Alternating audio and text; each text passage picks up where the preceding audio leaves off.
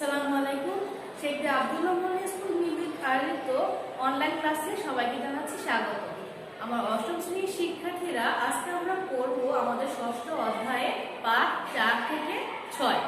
ষষ্ঠ অধ্যায়ে আছে পরমাণুর গঠন এবং পাঠ 4 থেকে 6 আমরা পড়ব পারমাণবিক সংখ্যা, ভর সংখ্যা এবং আইসোটোপ। চলো আমরা আমাদের পড়া শুরু করি।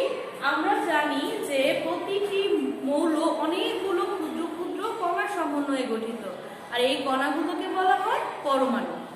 তো এই যে পরমাণু, এক একটা মৌলের পরমাণু এক এক রকম হয়ে থাকে এবং প্রতিটা পরমাণুর মুখে ভাঙলে আরো 3টি কণা পাওয়া যায়। এই মূল 3টি কণাকে আমরা বলি প্রোটন, ইলেকট্রন এবং নিউট্রন।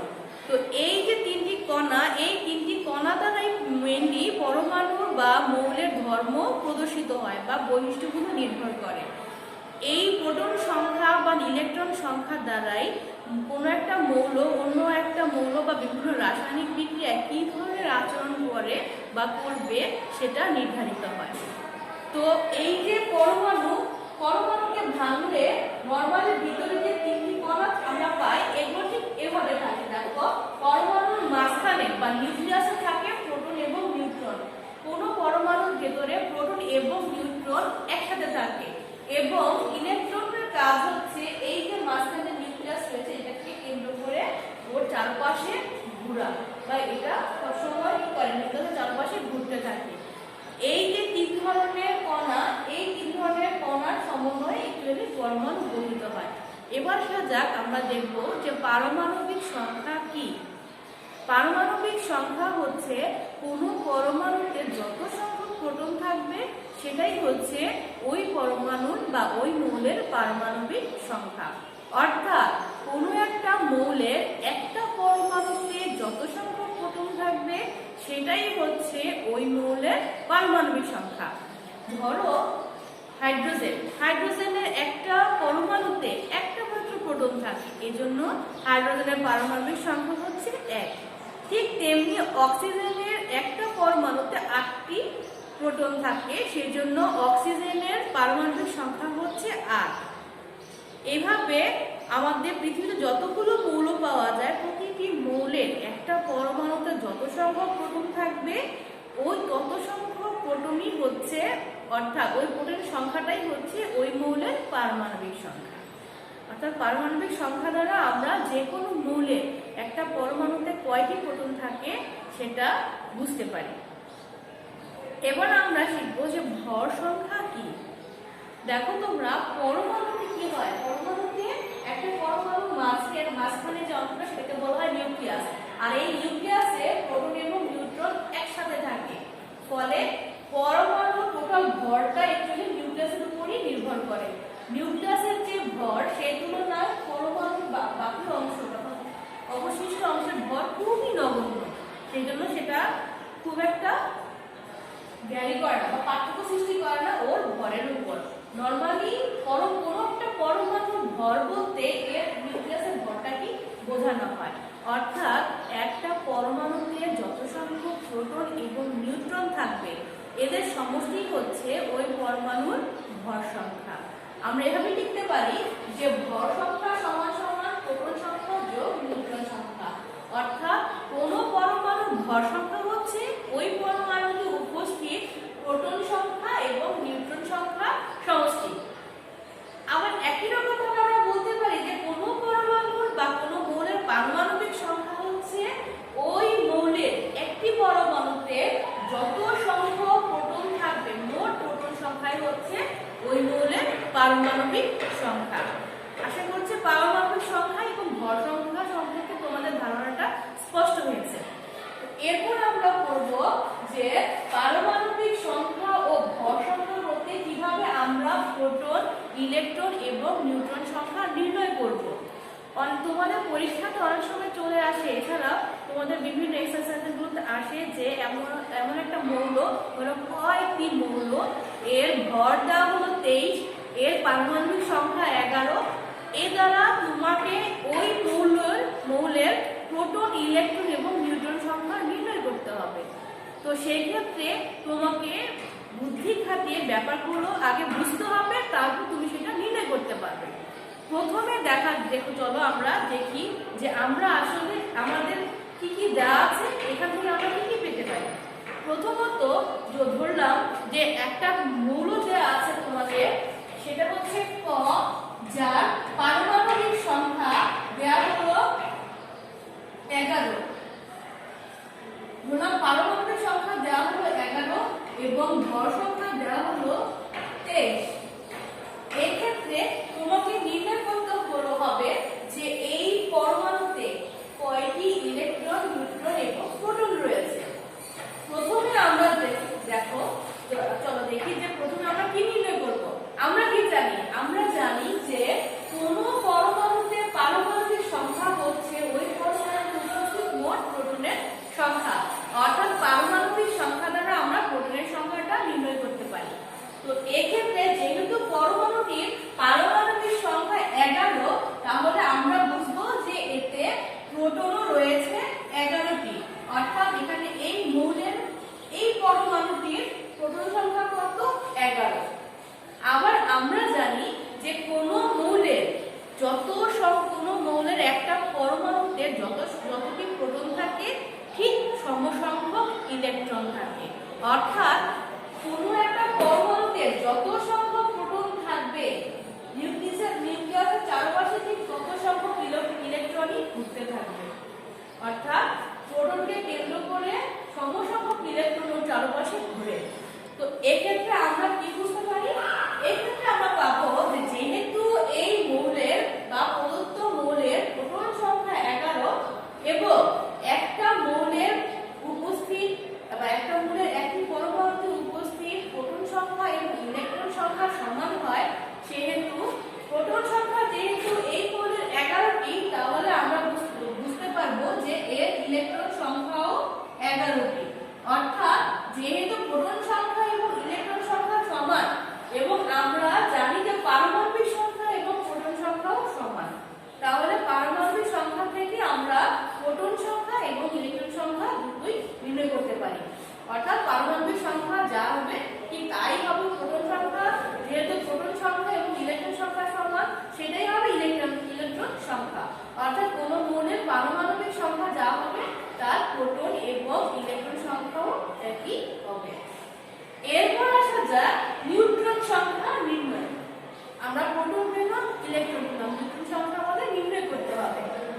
আমরা জানি যে ভর সংখ্যা কি? ভর সংখ্যা সমান সমান প্রোটন সংখ্যা যোগ নিউট্রন সংখ্যা, অর্থাৎ একটি মৌলের মোট ভর সংখ্যা বা একটি মৌলের পরমাণুর ভর সংখ্যা হচ্ছে ওই পরমাণুতে উপস্থিত প্রোটন সংখ্যা এবং নিউট্রন সংখ্যার সমষ্টি। আমাদের প্রশ্নে দেওয়া আছে যে ওই মৌলটির পারমাণবিক সংখ্যা 11 এবং ভর সংখ্যা 23। এখানে খেয়াল করো, এখানে আমরা ভর সংখ্যা জানি, মৌলটির ভর সংখ্যা দেওয়া আছে কত? 23 এবং প্রোটন সংখ্যাও জানি। পারমাণবিক সংখ্যা থেকে আমরা প্রোটন সংখ্যা জানি 11। আমাদের বের করতে হবে নিউট্রন সংখ্যা। তো আমরা খুব সহজেই নিউট্রন সংখ্যা বের করতে পারবো। কিভাবে পারবো? এই যে ফর্মুলা দেওয়া আছে এটার সাহায্যেই আমরা নিউট্রন সংখ্যা বের করতে পারবো। অর্থাৎ আমরা এই ফর্মুলাটা থেকে দেখতে পাই যে ভর সংখ্যা সমান সমান প্রোটন সংখ্যা যোগ নিউট্রন সংখ্যা। আর আমাদের অঙ্কে যেহেতু দেয়া আছে পারমাণবিক সংখ্যা হচ্ছে 11 এবং ভর সংখ্যা 23, তাহলে আমরা সহজেই নিউট্রন সংখ্যা বের করতে পারবো, কারণ পারমাণবিক সংখ্যা হচ্ছে প্রোটন সংখ্যা এবং ভর সংখ্যা দেয়া আছে। আর তাহলে নিউট্রন সংখ্যা সমান সমান দাঁড়ায় ভর সংখ্যা বিয়োগ নিউট্রন সংখ্যা। যেহেতু ভর সংখ্যা হচ্ছে প্রোটন এবং নিউট্রন সংখ্যার সমষ্টি এবং যেহেতু আমরা সমষ্টিটা জানি এবং প্রোটন সংখ্যা জানি, সহজেই আমরা প্রোটন এবং নিউট্রনের সমষ্টি থেকে প্রোটন সংখ্যাটা বাদ দিলে নিউট্রন সংখ্যাটা পেয়ে যাব। দেয়া আছে এখানে যেহেতু ভর সংখ্যা হচ্ছে 23 এবং প্রোটন সংখ্যা আমরা পারমাণবিক সংখ্যা থেকে জানি, কারণ আমাদের কি যে প্রোটন সংখ্যা আর পারমাণবিক সংখ্যা একই। কোনো মৌলের পারমাণবিক সংখ্যা হচ্ছে ওই মৌলের পরমাণুতে উপস্থিত প্রোটন সংখ্যা। তো সেই ক্ষেত্রে যেহেতু পারমাণবিক সংখ্যা 11, তো আমরা বুঝবো যে এই মৌলের ওই পরমাণুতে উপস্থিত প্রোটন সংখ্যাও হচ্ছে 11। তো এক্ষেত্রে ভর সংখ্যা থেকে আমরা যখন প্রোটন সংখ্যা বাদ দিব তখন আমরা সহজেই কি পাবো, আমাদের নিউট্রন সংখ্যা পেয়ে যাব। অর্থাৎ এই যে এখানে ভর সংখ্যা 23 থেকে প্রোটন সংখ্যা 11 যদি বাদ দিই তাহলে যে 12 পাবো, আমরা বিয়োগফলটা পাবো, এটাই হচ্ছে আমাদের নিউট্রন সংখ্যা।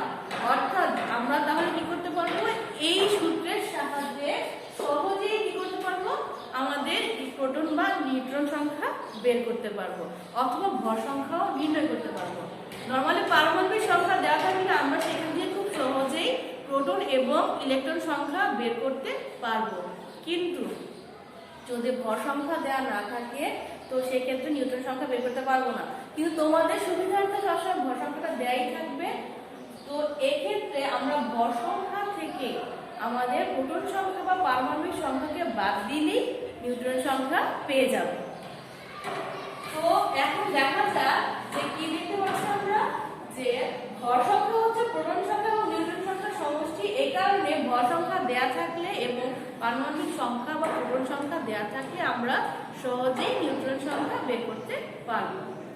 এখন যদি অন্য কোনো মৌলের ক্ষেত্রে দেওয়া হয়, ধরো আরেকটি প্রশ্ন দিল যে, বা একটা প্রশ্ন আমরা সলভ করতে পারি যে কোনো একটা মৌল, একটা পরমাণু যার পারমাণবিক সংখ্যা হচ্ছে ধরলাম 17, পারমাণবিক সংখ্যা ধরলাম 17 এবং এর ভর সংখ্যা হচ্ছে 35।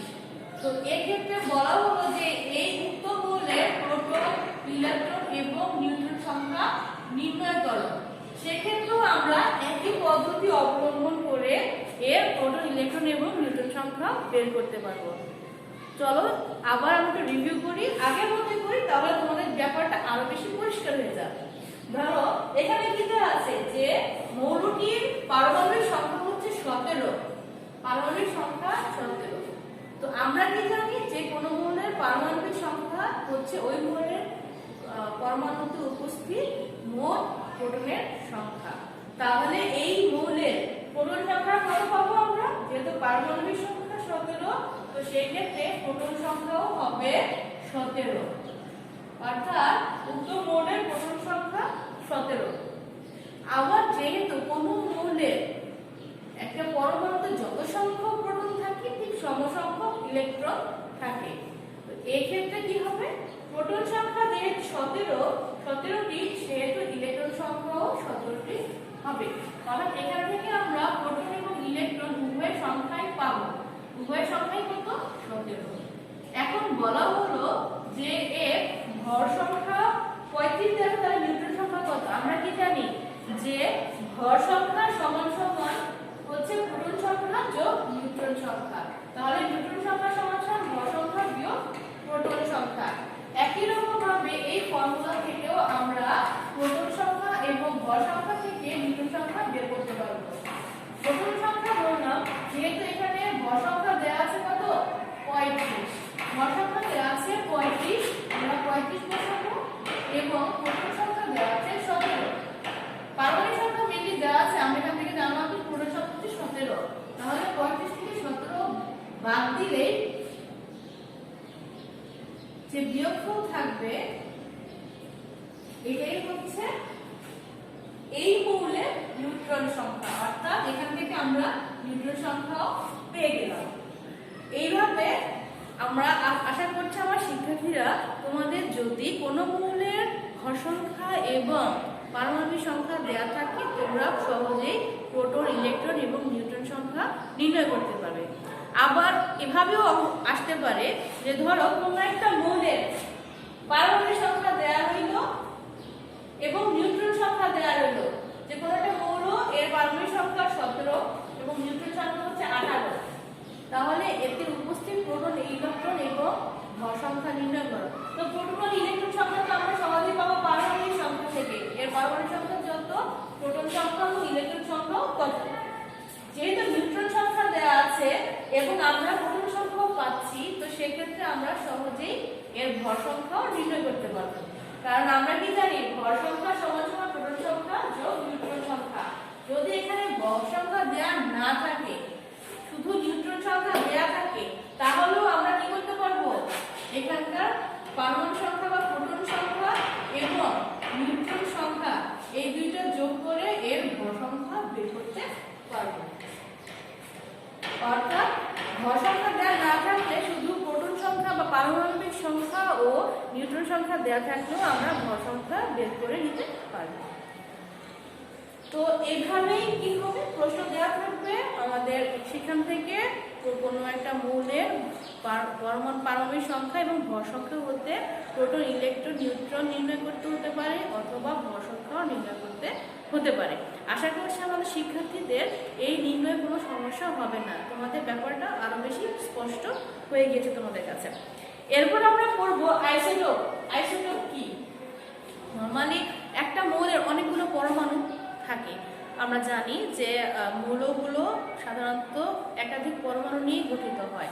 তো এক্ষেত্রে কিছু কিছু মৌলের ক্ষেত্রে দেখা যায় যে এক একটা পরমাণুর ভর সংখ্যা একরকম হয়ে থাকে, একই মৌল কিন্তু দুটো আলাদা আলাদা পরমাণুর ভর সংখ্যা দুটি বা একাধিক, অর্থাৎ দুটির বেশিও হতে পারে, তিনটিও হতে পারে, তাদের ভর সংখ্যা আলাদা হয়।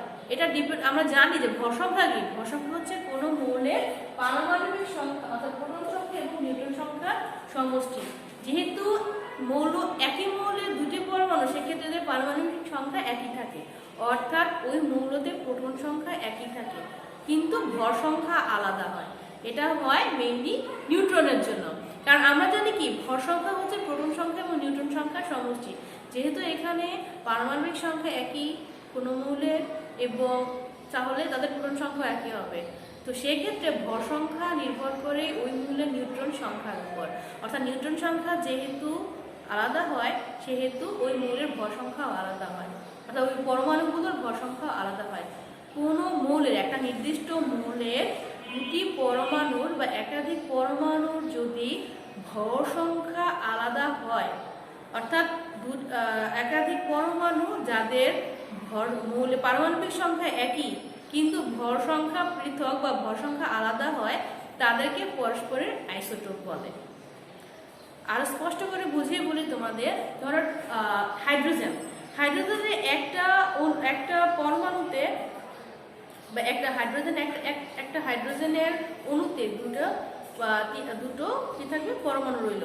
তো এক্ষেত্রে দেখা যায় যে দুটো পরমাণুর ভর সংখ্যা 2 রকম, কারণ বেশিরভাগ হাইড্রোজেনের পরমাণুতে দেখা যায় যে নিউট্রন থাকে না, সেক্ষেত্রে ওর ভর ধরা হয় 1।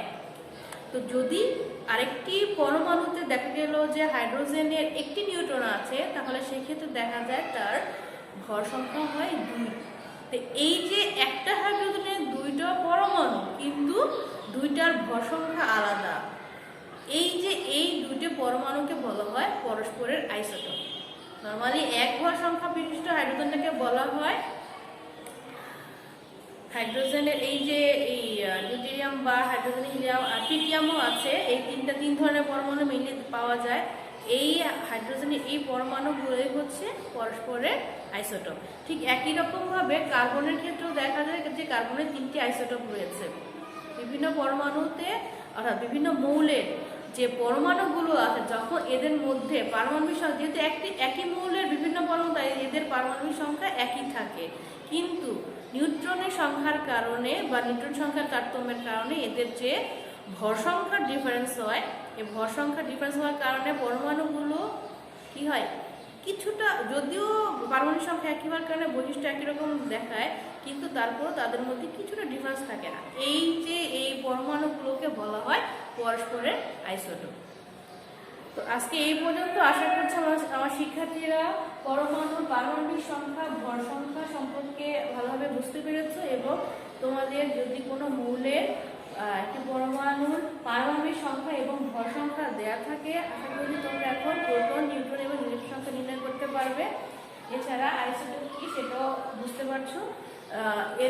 এরপরের ক্লাসে আশা করছি আমরা আমাদের আইসোটোপ সম্পর্কে বিস্তারিত জানতে পারবো। সবাই ভালো থাকবে। আসসালামু আলাইকুম।